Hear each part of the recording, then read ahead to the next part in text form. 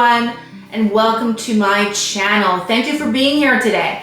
My name is Dr. Chapman. I'm a board certified rheumatologist, and today I'm going to help you self-inject Orencia in the comfort of your home. Orencia is a biologic, and more specifically, it is a co-stimulation modulator. It inhibits T-cell activation. It's indicated for multiple different diseases, including rheumatoid arthritis, juvenile idiopathic arthritis, psoriatic arthritis, and something called graft versus host disease in combination with methotrexate and a calcineurin inhibitor. So let's get to it.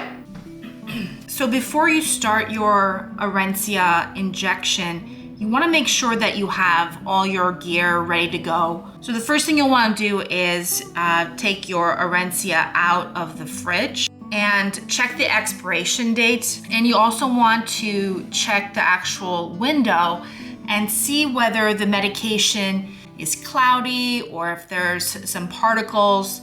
If that is the case, do not inject your medication and contact your provider and see whether they have a sample in there at their clinic, or alternatively, you could contact your pharmacy, your specialty pharmacy, to have a replacement pen. So you take out your medication from the fridge, and it's important to let it get to room temperature. This typically takes about 30 minutes to an hour. And in the meantime, obtain an alcohol prep pad and then something to wash your hands. So the first thing you'll want to do is wash your hands. And then the second thing you'll do is you'll want to choose where you're going to be injecting the medication. You can inject your thighs, and you can also inject your abdomen. And if you choose your abdomen, it should be 2 inches away from your belly button. If someone else is injecting you, you can also inject the sides of your